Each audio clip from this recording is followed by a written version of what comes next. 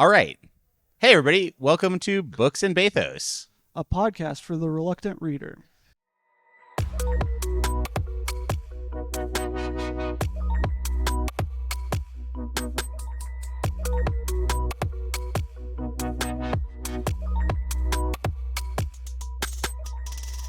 I'm Shawn Carter. And I'm Chris Tester. And we're joined this week by our guest, Josh Gondelman. Hello. Thank you so much for having me. Yeah. I'm so delighted to be here with you all. Thanks for coming on, man. We're psyched to have you. We'll talk a bit in a second, but I want to talk about what book we're getting into this week. Yeah. So this was actually your suggestion. Yes. So Josh was coming down to play the club. We are in a different place than we normally record right now. Usually we're at the Dragonfly Book Bar in Bristol, Virginia.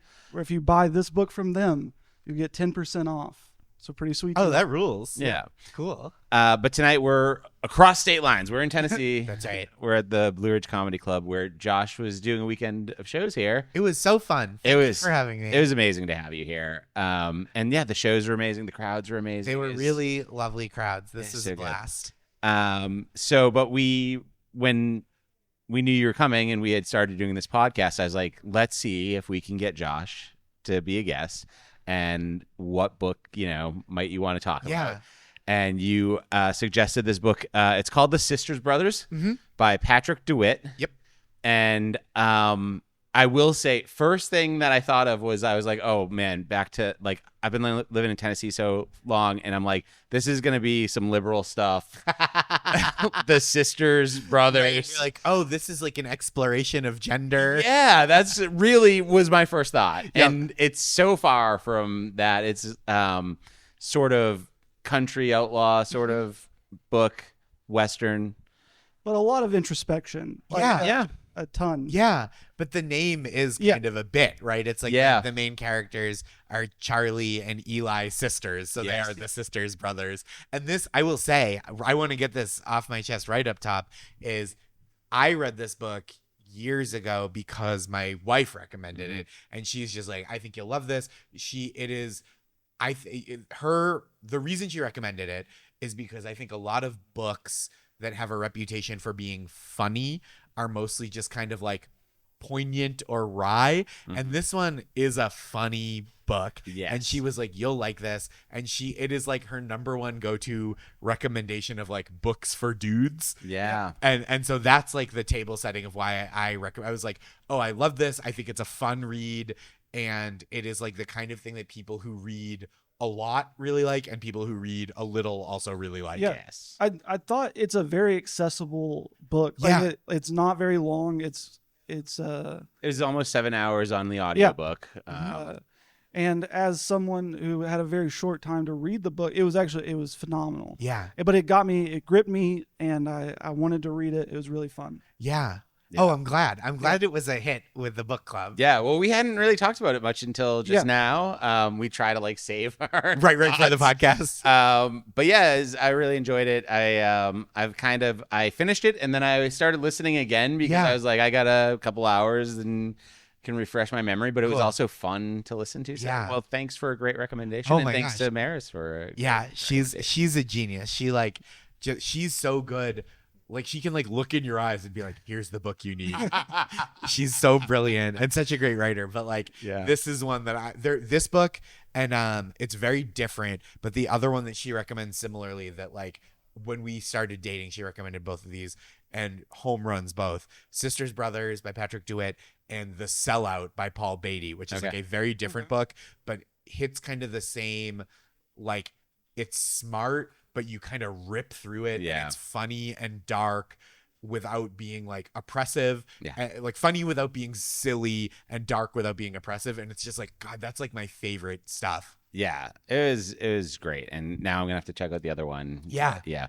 All right, so what do we want? Do you want to summarize the book? Yeah, let's do like a brief summary. Little bit, just so that if people have gotten to this point but they haven't read the book yet, we can kind of.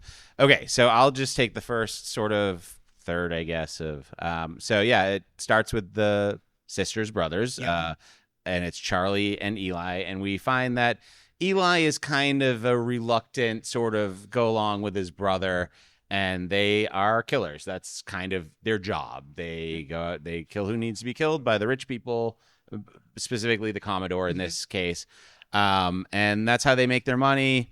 Eli seems like kind of a sweet guy. Charlie seems like he could give a shit at all. A real maniac. And you learn that like pretty quickly, even just through how he talks about the horses that they have and things like that. So I'll turn it over now. Yeah. And then like you hear like Eli's because it's from his perspective. It's from Eli's perspective.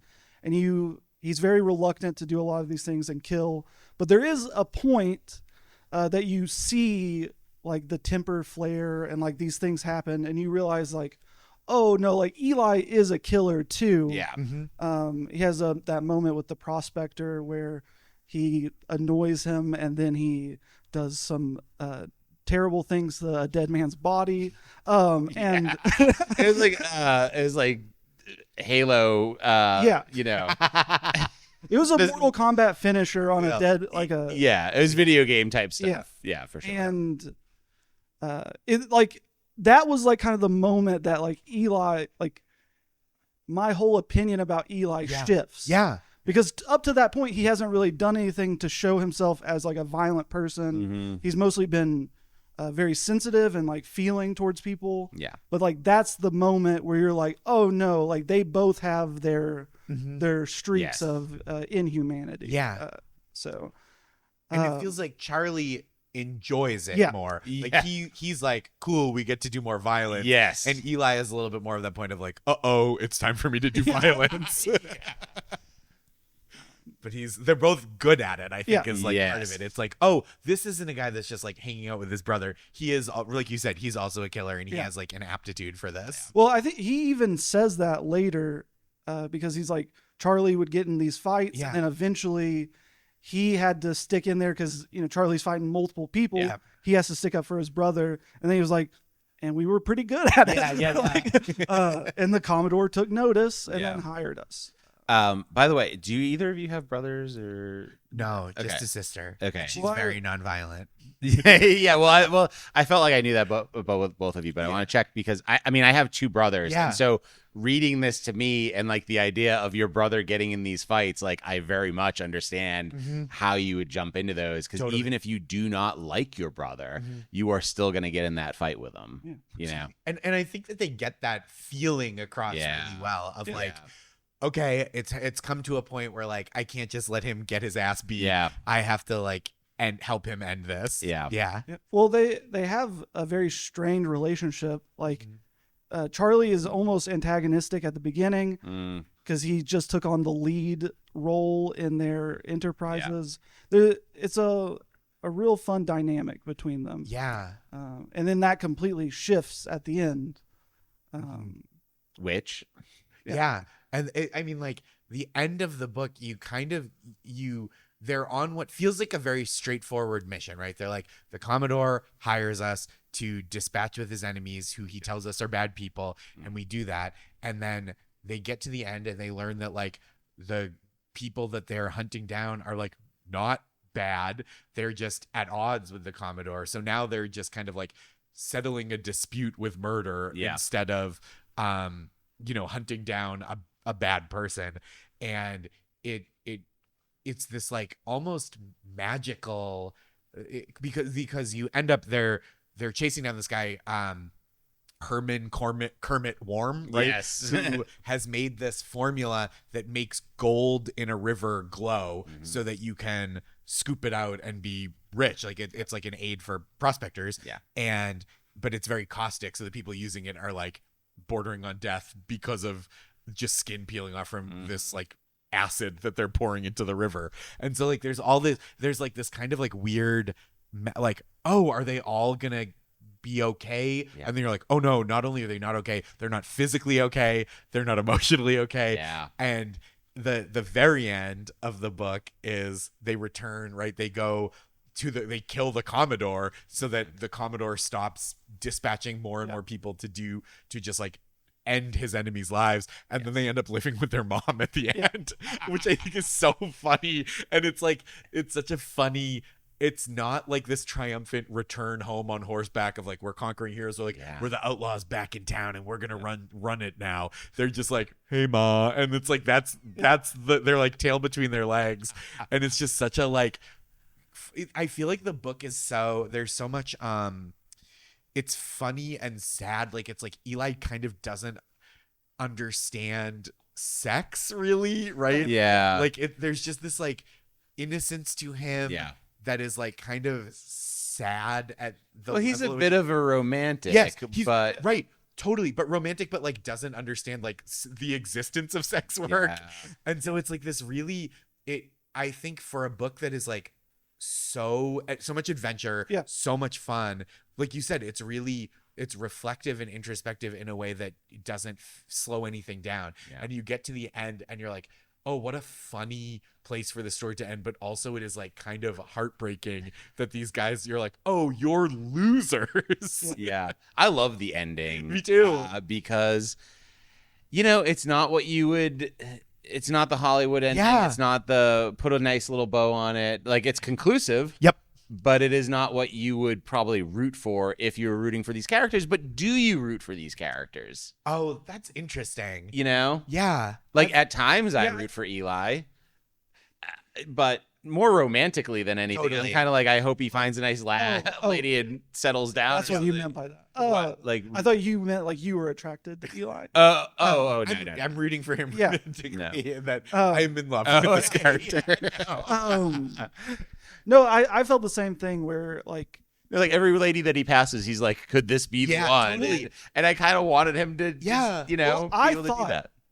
My innocent romantic soul Yeah. was like when he talked to the accountant and like had that that little kind of thing going. I was like, he's gonna come back, and it's gonna work out. Yeah. Well, the accountant that was like, I'm dying. Yeah. Oh yeah. Yeah. But here's the thing: it's like the Wild West. Everybody's dying. Yep. That's Good point. right. That's true. No one's gonna last that long. Yeah. And everybody in the book died. Yeah, basically, pretty much. was about to die. Yeah. I mean, even because like the thing that you mentioned with the caustic solution to find the gold, like that's foreshadowed that it's gonna be real bad what happens like from the beginning, and well, not the beginning of the book, but as soon as like you meet Worm and like those people. And because you have like the blisters on his legs, it's worsening every day. Yeah. Like, I do want to talk about a moment. Please. Okay. That's probably my favorite part of the book. Yeah. It has nothing to do with Eli directly. Okay.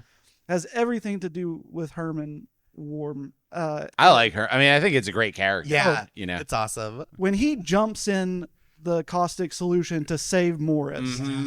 I mean, I was like, this is the greatest guy. Like, and he looks so negatively on himself. Like when he's telling Eli his story and all that stuff, but he's just a great dude. Yeah. I mean, he loved him. Yeah, for sure. Yeah. Like, I mean, that's an act right there that shows it, but like, that is a great character. Yeah. And that like Morris was there to like stalk him out and like give the sisters brothers the information to kill him. Yep. He's a snitch. Yeah, and then he became his best friend and confidant. Yeah. Like, but like maybe it was good because I mean, Worm does seem like he could be a cult leader. Like maybe even I'm buying into his cult through the book. Yeah. I'm like, I'll follow this guy. Like he is out of his mind for sure, and brilliant, and that is charismatic, and that is a dangerous combination. For sure. And you see how quickly all four, because the Sisters brothers got, they're in even it now. Charlie, like even Charlie is like, just like lounging in the water with his enemy, and Oh yeah, that scene when Eli and Worm are walking to the and Eli's trying. And Eli's like, "Hey, how worried he is. We're worried Morris is dead." Like, it's just like it works on so many layers, but it never feels like fussy or pretentious. It's just like, oh man, it just is like so thoroughly considered as like this story, and it's not for no real reason. It's not the kind of story I read a lot of, so I'm not like saying in contrast to other kind of westerns it's this or that, but I do think it has this like very singular feel in terms of other novels I've read. I love it. For sure. All right. So if you had to give just one word to sum up this book, Chris, what would you go with? I'm torn between two words. Okay. The first one I think is probably a more accurate description, and that's hopeless. Because I think that describes his romanticism, but also just the situation that they find themselves in with the Commodore and like the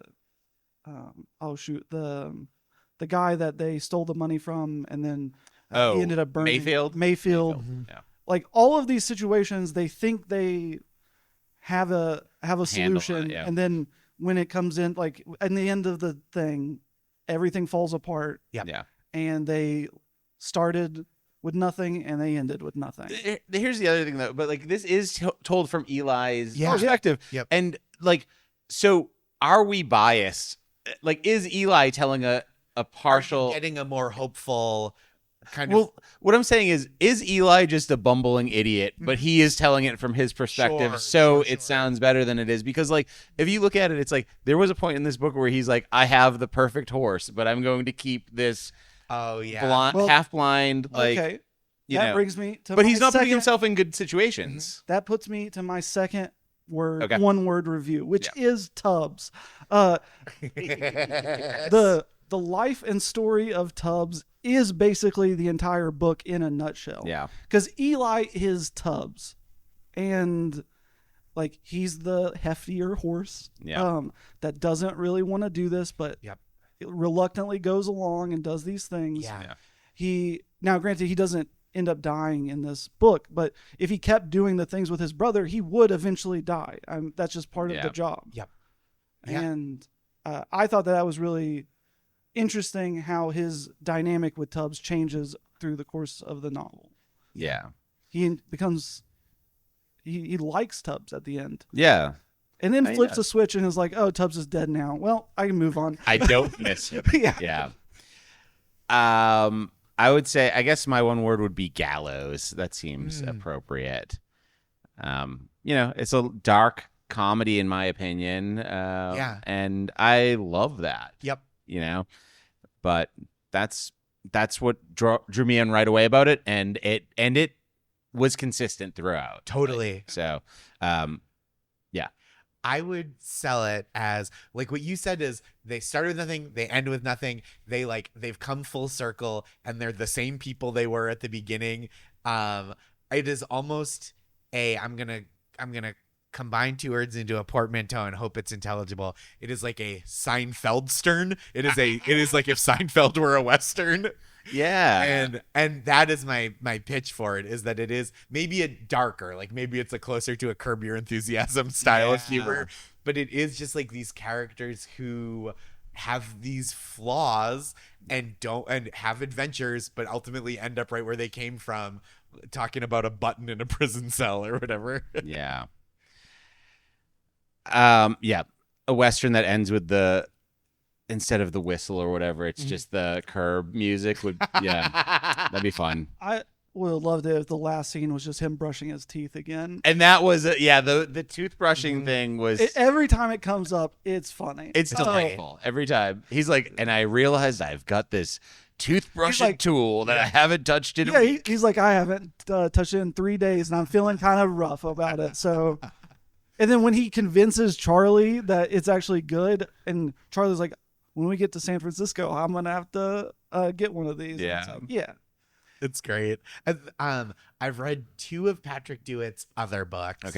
French Exit, which is like, I would say it is as close to Arrested Development as a book has ever been. It's like a kind of a doofus living with his mom in a fancy apartment, and it's also very good.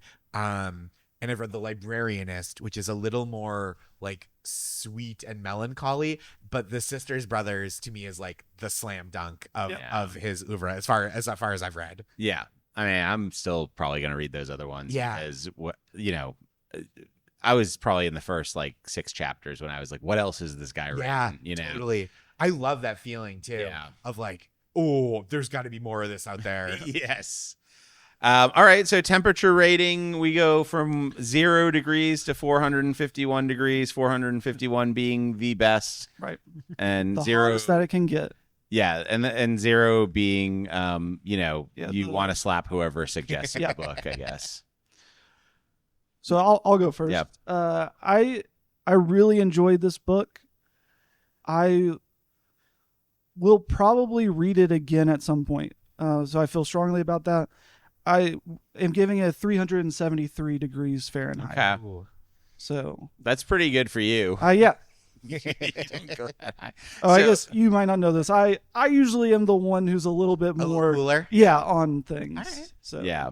I am. So for the beginning, when we started doing this podcast, I was like going too high out the gate. Sure. And I had to rein it in a little bit recently because I realized there's not much space left to go. That being said, I'm giving this a crispy 435 degrees because I think it's that good. Yeah. I'm right there with you. I was trying to calibrate. 435 was my hunch. I almost said 420 just for fun. But I do think like I maybe am at 440 with this. It is like one of my favorite books. Yeah. I could see, and I rarely reread a novel, but I could see myself rereading this as well. I think maybe I would enjoy it more the second time. I did. Just as a insight into my life, I was driving a lot this week, and so I listened to most of it on audiobook, which is not my favorite way to consume a book. So maybe if I sat down and read it, I would enjoy it a little bit more. But I still think, all of our scores, I think, are very good. Yeah. So that is I would recommend the scores that you normally give. That's a great score. I'm sure there's books that I could enjoy more, but I don't think there's a lot of room for that at this point. So I got to get it up there pretty high. Love this one. All right. So we got a couple words that I looked up. We're going to talk about. This one wasn't exactly loaded with them, but there were a few. And sometimes I look up words. Usually I can understand them by context, but I like to look them up so that I know exactly what it is. So the first one is a word that obviously I've heard a lot through my life, which is Commodore.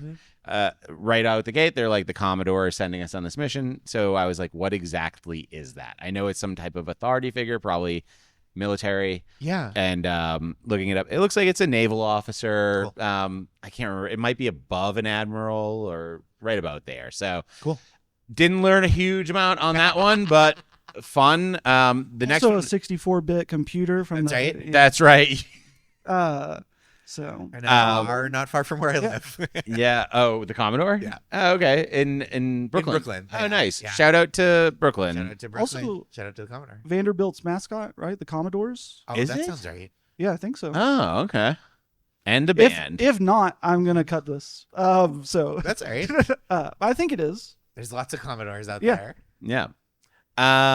Okay. The second word is immolated. Immolated? Am I saying that right? Immolated. Okay. That word I did not know. Yeah. I could catch an idea of what it meant by the context of the book, but what I found was to destroy something entirely by fire. Yeah. Which was sad because they described it as how the horses came to their that's end. like in the first it's right, little bit of the book. right away. It sets that up. Yeah. Describing the eyeballs popping. It was yes. So you could understand that without looking up the definition, but there it is. The other thing that I did want to mention about this word is that it is used twice in this book, right in the beginning and also right at the end. Oh, interesting. I didn't catch that. Now I kind of want to look back at it again and see if there was some further meaning around it that, impertinent, that one I looked up, even though mostly new, but being rude, disrespectful, whatever. Improperly forward. That was the reason mostly I want to talk about it, because it was this scene where I think Charlie was like, "Is that your child in there?" And he was like, "You doubt my seed." I just love that idea of being like, "Oh, she's pregnant. Is that with your baby?" And the guy's like, "What, you think my junk don't work?" You think someone else put a baby in? Yeah. That's my job. Which makes you think, why was he so defensive? Yeah, he was pretty defensive about it. Okay, bombonier. I still don't know what that is. It said something about like a Spanish word for. Interesting. Okay. I don't know it. I don't think. Okay, maybe I wrote it down wrong. I feel like they were talking about some type of clothing or something. Anyways, Chevron. Yeah, the gas station. Right, I've heard it always about like it's the highways or but this just says like a Y-shaped pattern, so that's fine. Compunction. Oh yeah, that's a fun one. Yeah. Did you know that one? Not right offhand. Yeah, I mean, but you would have in the context. But it's a feeling of guilt or remorse. And vacuity. It's like being vacuous, like not being astute or whatever, like being like empty. Well, yeah, like emptiness. Like yeah. And that's part of it was like when the Commodore was giving his speech in the bathtub, he was talking about how where there's vacuity, great men will step up to. Anyways, those are all the words I needed to look up. So nice job, Patrick, making me do more reading than just the book. If you're watching this, you're not. But if... Yeah, shout out to Patrick DeWitt if you're out there watching a podcast or listening to a podcast about your book. Oh, that would be so... I would do that, though. Yeah. Like, who's talking about me? Yeah, why did this one guy give him a 373? Oh, God. He should. He's like a regular listener. He's like, no, Chris is a tough grader. This is actually pretty good. Yeah. All right.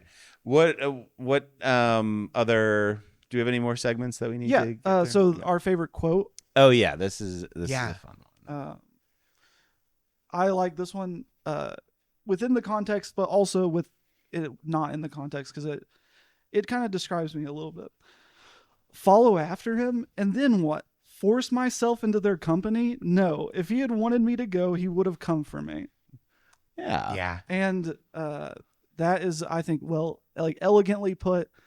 It describes someone who's like, yeah, if they didn't ask me to go, I'm not going to just go and interrupt their conversation. Totally. Yeah, when I heard that, I had to do like let's mark this down and come back to it. So through this book, so because I'm listening on audiobook and then on my phone, like it's on Audible, so you could just like hit clip. I had like over a dozen quotes that I was like, maybe this will be the one. There's so many good ones in here. The one that I landed on, which like I thought maybe you might appreciate as well, just because it felt very Northeastern and Boston to me, which was when his brother gets his hand cut off and he says, my touching Charlie's arm like this, because he picked up his... My touching Charlie's arm like this would not have ever happened while it was attached. I feel like... Yeah, like I could see me talking about my brothers like that. Like, and he even like stops touching it because he's like, what if Charlie saw me touching his arm? He would be upset about that. Yeah. I know that. I know those relationships well. Yeah. I didn't clip out anything, but I do think the thing that always stays with me through the years is like Eli's kind of doomed romanticism and just like a sweet and innocent, despite his violent capabilities, the way that he feels so hopeful and doesn't have an understanding of like adult romantic cruelty. And it like really I like carry that kind of around, thinking about how painful and befuddling that must be for this poor guy. Yeah.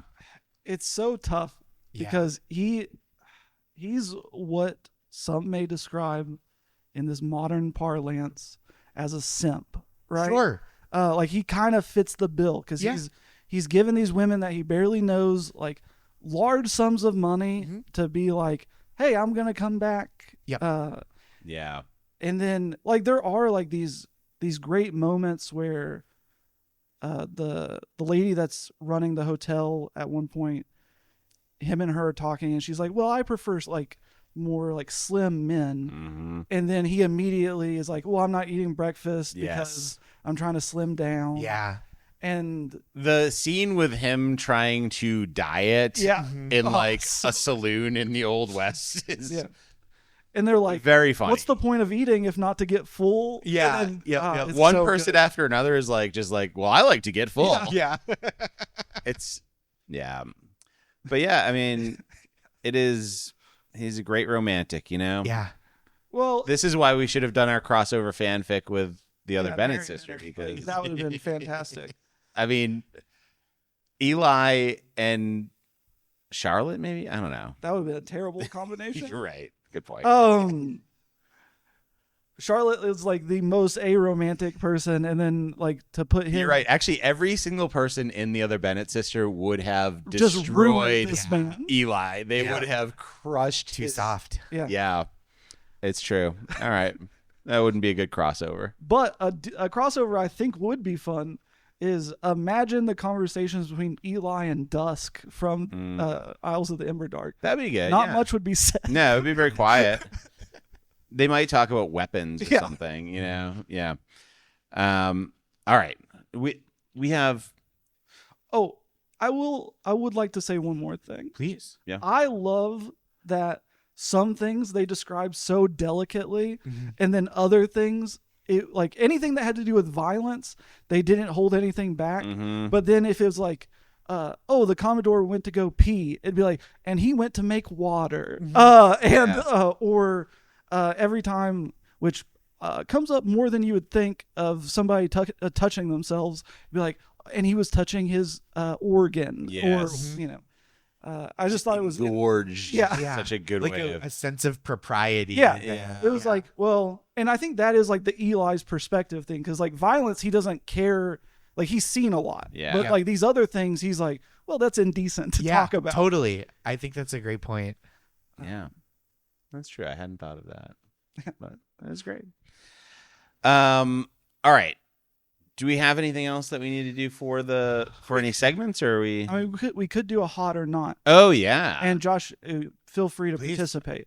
Basically, what we do is we take a character or two from the book, and then one of us asks the other one if we think they're hot or not, just based off of the entire book. Yep. And I think we started off with probably the main character, Eli, Eli's sisters. Is he hot or not? I mean, in my opinion, I don't know if you'd say that he's hot, but I find him endearing. Yeah. Yeah. I think that's good. Do you know what I mean? Like, he has a lot of qualities that I would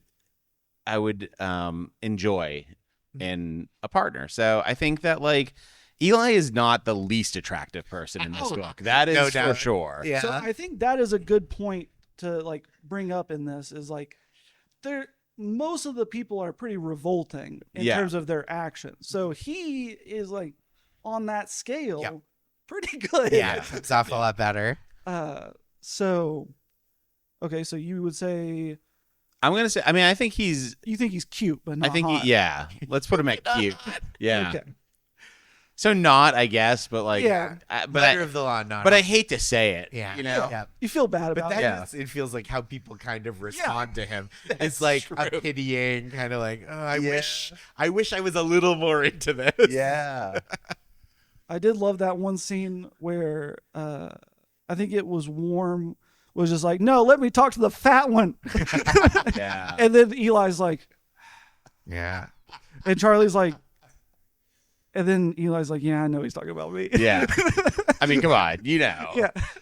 All right, Josh. Yeah. Hot or not, the woman they believe is a witch at the beginning of the book. I've always kind of been, I'm in on a witchy type. Oh, okay. I'm gonna go hot. Oh, all right. Yeah. Right on. Okay. Yeah. Love wins. Love wins. Sweet. Also, that the curse didn't come up that much after that.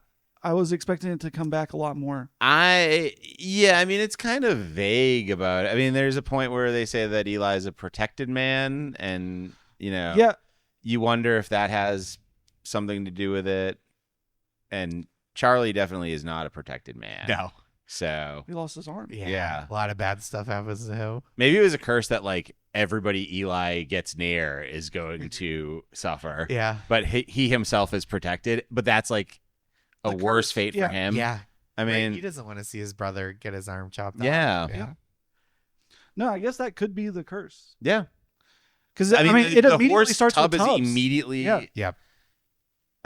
Immolated. Yeah. Yeah. No, he was attacked by a bear. Yeah, he was attacked by a bear immediately. Gosh, that was so sad. Poor Tub. Yeah. Anyway. Okay. R.I.P. Tub. So we need one for Chris. One hot or not for Chris. Well, let's go with the Commodore. Oh, that's a good one, actually. He sounds important. Yeah. Yeah, so I think he's got that level of intrigue because he's high up, powerful. Mm-hmm. Bathes. Yeah, he does bathe. I mean, in this time period, Yeah, that's this a pretty is big huge. plus. We have no indication whether he brushes his teeth or That's not. right. That's Which true. is kind of another plus for Eli. That is a plus for Eli. He's creeping up towards Yeah. hot at this point. The Commodore, he's just a terrible person. Yeah, that you get some But- demerits for that. But let's also be honest. A lot of super hot people are terrible. Yeah, That's true. So, and if you're hot and listen to this, I don't feel that way about you. that's right. You guys are the good ones. But I'm going to say he's not hot Sure. because he's just a terrible human being. I nothing about him. I mean, even when he's bathing, he's smoking a cigar in the tub. Like he's negating. Yeah. Like it's like this will smell better, but also this room is filled with cigar Cigar smoke. smoke. Well, and also he just like berated two of his workers. Yeah. And now he's like, well, let me go have a calming bath and do a political speech to myself. So Yeah, he's a bad dude. yeah, So not. not hot. All right. So the only hot character in this Is book the is witch. the witch. Is Tub. Oh yeah. The horse. Yeah. Again, endearing. Yeah, Endear. He's not hot, unfortunately. Yeah. In the horse realm. No. But that black horse that they find is obviously the hot horse, but Yeah. they let him 17 hands tall. If we were playing horse or not, then Tubbs would for sure be horse. Yeah. That one's the horsest. Yeah. go. Actually, unfortunately, he's not the horsest, but Well. All right. He's horse enough. yeah. Horse enough for me. Do you have any final thoughts on the book? I very much enjoyed it. If you got through all of this and you haven't read it, I highly recommend it. Yeah. And you also know everything that happens in it. Actually, So- we didn't talk about a lot of stuff. yeah, there is a into lot that, that yeah. we didn't go over. It's true. like a fun adventure. It is a fun adventure, and it's very like for how short it is. Yeah. There's a lot in there. The economy of words is tremendous. Yeah. Yeah, it's funny. It's got some deep moments. I really enjoyed it. Hell yeah. Okay. Well, anything else that you want to talk about in the book, Josh? I think No, we're basically wrapping up here. I loved it. I recommend it. I'm glad that you guys liked it. Yeah. This is it was like a fun chance to revisit a book that I like very much. Yeah. All right. Well, in case you didn't know, we didn't mention this earlier, but Josh is also an author. That's right. He's got 2 books out now, right? I wrote 1.5 books. Oh, 1.5. Okay. And my I friend Joe apologize. wrote- No, I have 2. My friend Joe wrote we co-wrote a book. Okay. Cool. And my wife Marcy recommended this to me. Her book, I Want to Burn This Place Down, is an essay collection that's coming out in paperback this July. Okay. Its hardcover's already out, but paperback comes out this July. Nice. I want to burn this place down. Yeah. And she also has another book by one of my favorite titles I've ever heard, I believe. Slaughterhouse 90210. Yes. Yes. A kind of a gift style book based on her popular Tumblr account from years ago. She's like a genius. She's such a great writer. Yeah. That was great. So, yeah, get those. And also Josh's book and a half. Yeah. Just the half that's his, though. Don't get the other. Don't read what Joe wrote. No, Joe's the best. He's so funny. Cut it in half at the bookstore. Yep. You know. Top half, though. Yeah. Not in the middle of the page count. Yeah. Just the top half of every page. Well, yeah, get the half without the barcode. That's right. Yeah, and then just walk out with it. It's free. Steal this book. Shout out to Abby. And yeah, lastly, and I don't know if you're even talking about this yet, so we can take it out if we want. But you're talking about maybe writing a children's book. Oh yeah, I've got that in the work. Well, hopefully it's a long timeline, but I'm like excited about that. I can't say too much, but because there's nothing that's real yet. But I'm very excited about the possibility. So that I think whatever form whenever I have a new book project, the next one will be a children's book. That's great. Yeah, I'm very excited. But yeah, we were hanging out today and running some ideas by your daughter. Yeah, my 5-year-old was with us, and it is fun though, because like there were so many things that you were doing. You were being like imaginative, playing with her, and there's so many things that I was like, you could just do that. That would be like a whole children's book, and it is fun to watch. This is going to stay with me for a long time, but her asking to hear a joke and then me telling her a joke and her going, well, I didn't laugh. It's like, so funny. It is true. She did absolutely say that. Yeah, just right through the heart. But then after she was like, it was funnier. That one was funny. Yeah. She didn't like the next joke even. Yeah. She liked it even less. Yeah, she was go back to the last one that I didn't laugh at. She's like, so I at least understood that one was a joke. Yep. This is good. Nothing going on. Yeah. Anyways, all right. So keep an eye out for that. Yeah, thank you. Josh Gondelman, children's book author. Yeah, that'd be fun. I hope so. Yeah, let's hope. All right. Well, that concludes our special episode. Recorded outside of Dragonfly Book Bar here at Blue Ridge Comedy Club.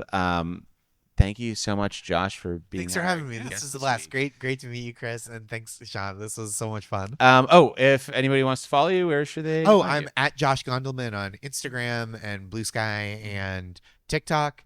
I have a newsletter called That's Marvelous. Oh yeah, that's right. That's marvelousnewsletter.com, and you can sign up for free or you can give me money, whichever you prefer. And that lets you know where I'll be touring and I write like. I do a fair amount of writing every week in it. It's like pep talks and jokes, and we should have opened with this part. No, that's okay. but that if you want to keep track of me, the newsletter is maybe the best way because it comes once a week and you can read it if you want to know what I'm up to, or you could not if you don't. And you should want to know what Josh is up to. Right. I get sent your articles by other people all the time, funny. Which is and it's great. It's great to see.